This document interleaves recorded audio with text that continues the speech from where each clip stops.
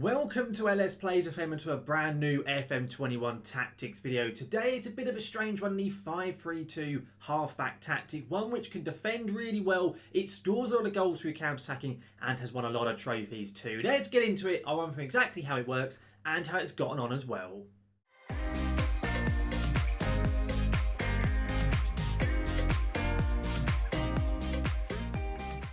Here we are then guys in FM21, and this right here is the 5-3-2 halfback tactic. A tactic which, as I've already said, wins you a lot of trophies and it defends really damn well. It most certainly does. Of course guys, if you do want to download this tactic, you will find links to it down in the description. Links to FM Base, FM Scout, a Dropbox link, and also to Steam Workshop. Of course, if you use the Steam Workshop link and you do use this tactic and find it to be useful, do make sure to drop some positive feedback onto it and to favourite it as well. And of course guys, if you do enjoy today's video, do make sure to drop a like down onto it. And if you want to keep updated with any more of my content, such as my FM21 Tactics series, then do make sure to hit that subscribe button and to ring that notification bell to be notified when my content here on YouTube goes live.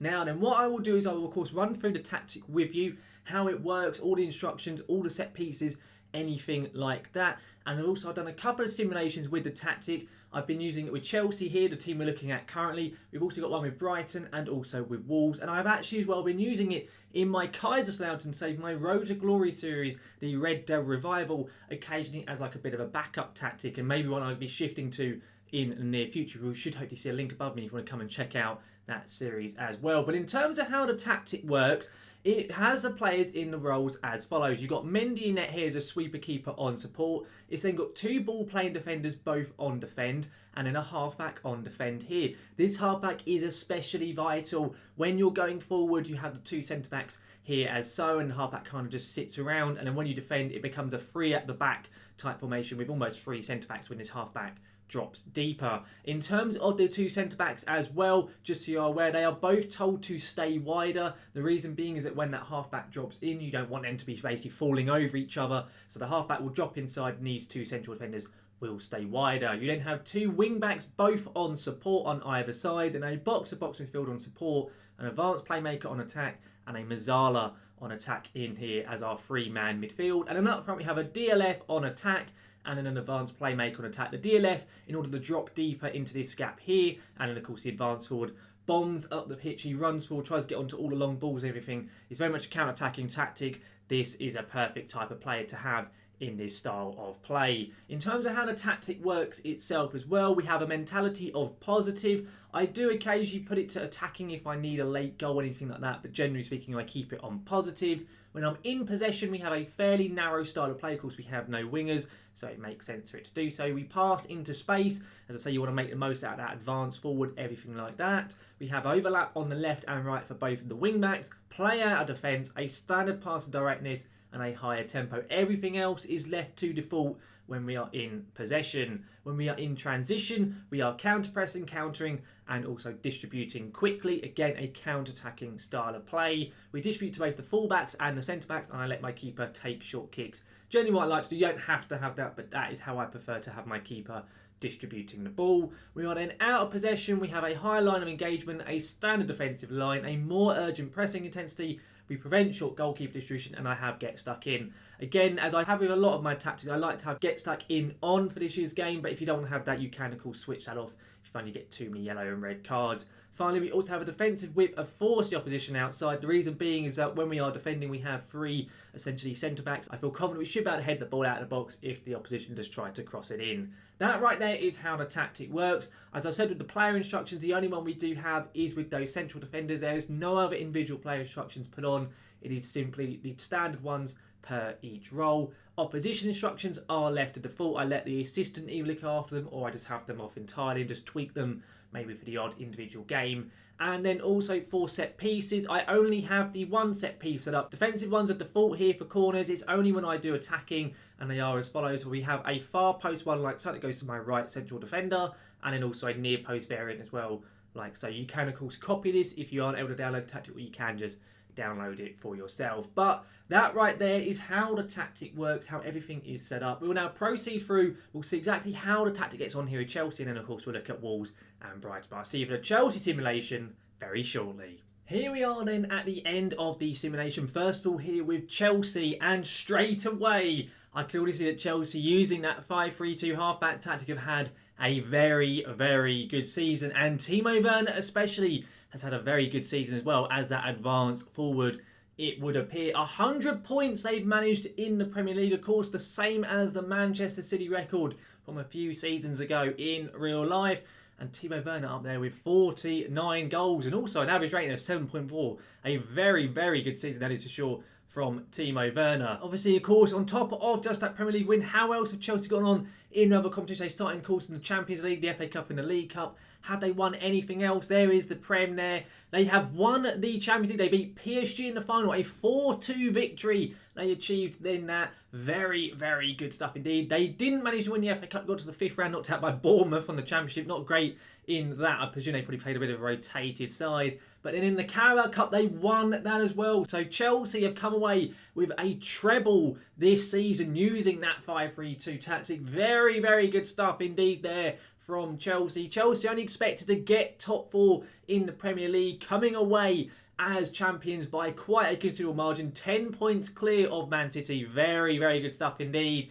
In terms of the Premier League, we just have a look and see exactly all the stats breakdown, if like that. Chelsea played 38, won 32, drawn 4 and lost only 2 games. Who they lose those games against out of interest? Villa and Sheffield United both 1-0 losses away from home. They scored 102 goals. They conceded only 25. A goal difference of 77, 100 points to their name. Very, very good stuff. And actually, I've just realised it's not only Timo Werner had a good season there, Tammy Abraham as well. Both Werner and Abraham first and second in the Golden Boot Award. Very, very good stuff indeed. Out of interest, how many goals in total did Tammy get? He got 32 goals and also 13 assists. So 45 goal contributions from Abraham, and there's 62 there from Timo Werner. A crazy good season from those two men there. Really good stuff. In terms as well as the analyst report, have a look and see exactly how the team performed up against everyone else in the league. Goals per game, phenomenally good. XG per game, really good. Conceded per game, much better than the league average. The same with the XG against and the shots against as well.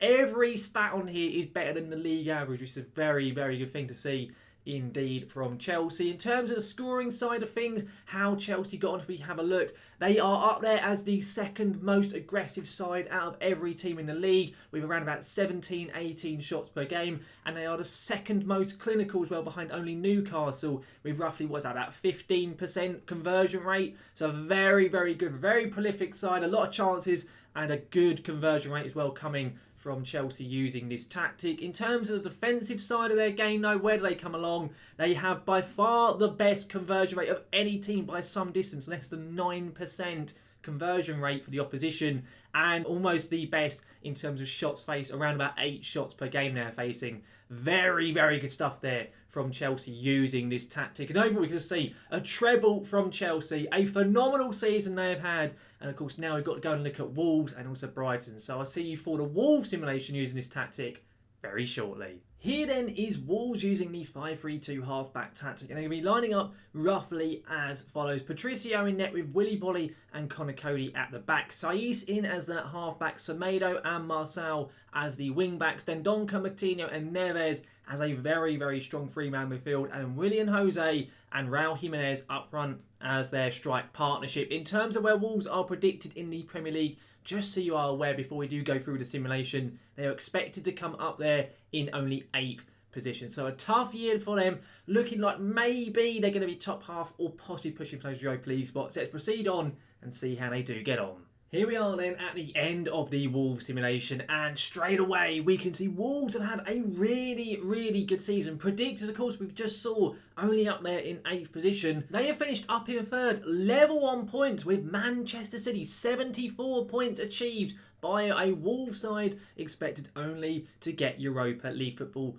at best. What a season they have had. Jimenez, by looks hit, had a very good year up front. Coutinho in midfield, a very good season too. 18 assists to his name. A really good season, it would appear, from Wolves using this tactic. In terms of the competitions, you got the FA Cup. They lost quite early on in the 4th round up against Blackburn. Bit of a poor showing, much like Chelsea really in the FA Cup. Again, I presume they probably played a rotated side and maybe got caught out. In the League Cup, they got to the semi-final of it, losing only to Manchester City. Very good stuff indeed from them. Very close to getting to a final and maybe even a trophy win. But the Premier League is where it is really quite fascinating. Up there in third position, Jimenez winning the Golden Boot as well. Moutinho getting the most assists in the league as well. Very good individual performances there from those two players. But the team as a whole, third place, 38 played, 23 wins, 5 draws, 10 defeats, 76 goals scored, only the 47 conceded. A goal difference of 29, 74 points. Literally only behind City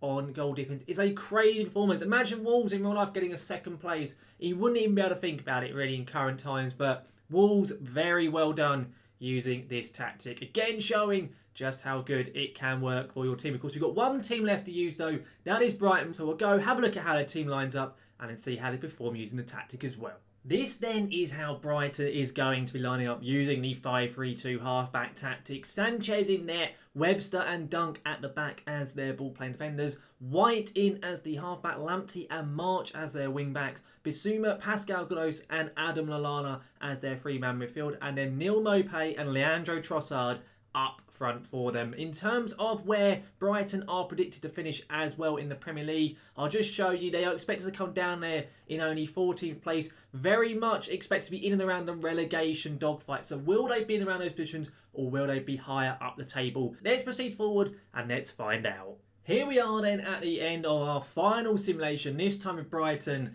And much like those with Chelsea and with Wolves, you can see straight away Brighton have had a very good time in the Premier League. Up there in 6th place, of course, expected to finish down towards relegation spots. They're up there in the Europa League position. 68 points, only 5 behind 4th place Chelsea. So close to those Champions League spots as well. And on top of that, much like the other sides we've seen, Leandro Trossard has had a good season individually as well, scoring 25 goals in all competitions. So have a look and see exactly how they got on in their other competitions as well. So of course we can see with the Premier League up there in 6th, the FA Cup they got knocked out in the 4th round unfortunately by West Brom. Seems to be a bit of a recurring theme, the FA Cup not going well for the sides we've been looking at. And the Carabao Cup, they were runners up. I thought they had actually won it then because I saw the trophy competition there on the screen, but no, they finished as runners up. Even so, to get to a League Cup final with Brighton in only the 3rd season, very, very good stuff there from Brighton and Hove Albion, and also to get Europa League football for next season and be so close to those Champions League spots. A really top season from them there, and really a top season from every side in which we have looked at. Overall though guys, that of course is our final simulation and does bring this tactics video here to a close.